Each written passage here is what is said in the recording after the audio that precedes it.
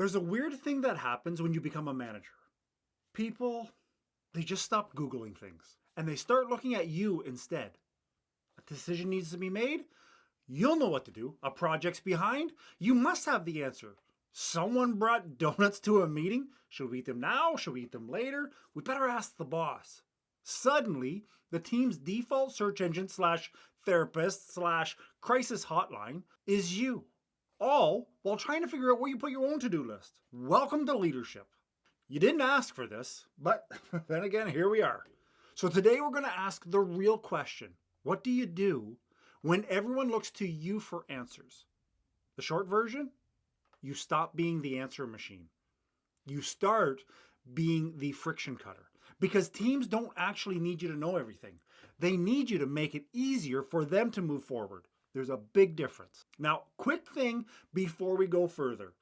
If your inner monologue right now is something along the lines of, I'm not confident enough for this, or I didn't sign up for this kind of pressure, or I hope no one notices that I'm guessing, then you need to grab this right here. The Confidence Kickstart Kit is for managers who were handed the title and told, go ahead, lead, and you didn't get any training. This is super practical. It's zero fluff. Links below. Grab it, and then let's get back into this. Here's the leadership myth that messes up so many super smart managers. People will respect you if you have all the answers.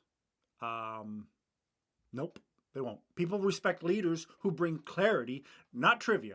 But because of this myth, managers start to perform.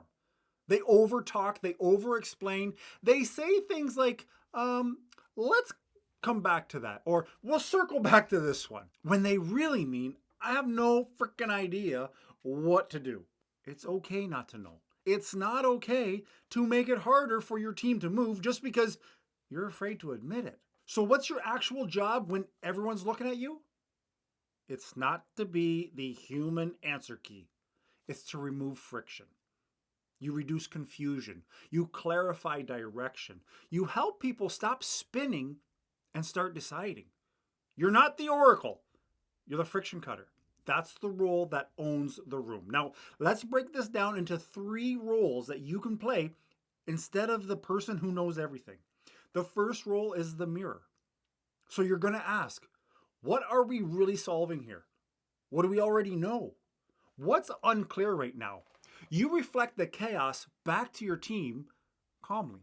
And in doing that, you help them see through it. Leaders don't solve confusion by talking more. God, they don't. They solve it by naming it. The second role is the GPS. You don't need every turn mapped out. You just need to say, we're headed here. This is the next move. Or let's go with option B for now. We can adjust later. Clarity in motion beats paralysis in perfection. Remember the rule of 80%? If you have 80% of the info, you can make the call. The last 20%, you fix it when it shows up, if it shows up. The third role that you can play is the editor. Every team needs fewer words, fewer meetings, and fewer layers of just in case. You can ask, do we even need this? Can we cut this step? What happens if we just don't? That's leadership most people aren't brave enough to do, but you can own it. If this feels different than the usual leadership advice, good, I'm glad. That's what I do here.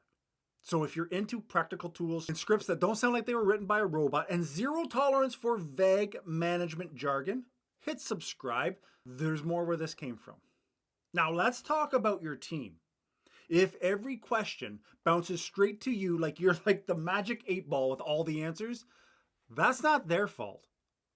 That's training fault or a training gap. You don't need to do more. You need to change the default. So the next time someone comes to you for a decision, respond with something like, what are the options? Or what's your recommendations? Or if I wasn't here, what would you do? You're not just giving them permission, you're giving them practice. This is how you turn a team of askers into a team of thinkers and doers. And just like that, it's less pressure for you, which means more energy for the stuff that you have to do, which actually matters. Now let's hit this big one.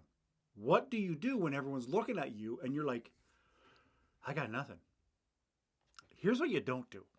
Don't freeze. Don't fake it. Don't say, great question, and then repeat it back 20% slower like that's the answer.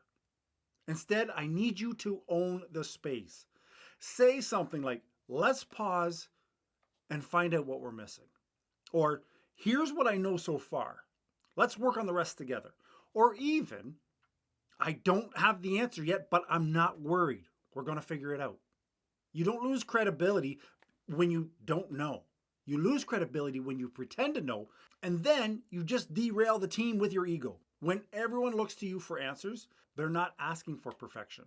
They're asking for leadership. They want a calm center, not clutter. They want to move forward, and they're hoping that you'll make that possible. So stop trying to be the answer machine. Be the friction cutter, the mirror, the GPS, the editor. That's the person who's going to own the room. And if you want more than a YouTube video like this, if you want a full system with scripts and templates and leadership moves that you can actually use, then you need to grab the manager's playbook. It's exactly what I wish I had as a new manager on day one. Link is in the description. Go get it. Start leading like you mean it. And let's get a coffee. I'll see you in the next video. Ciao.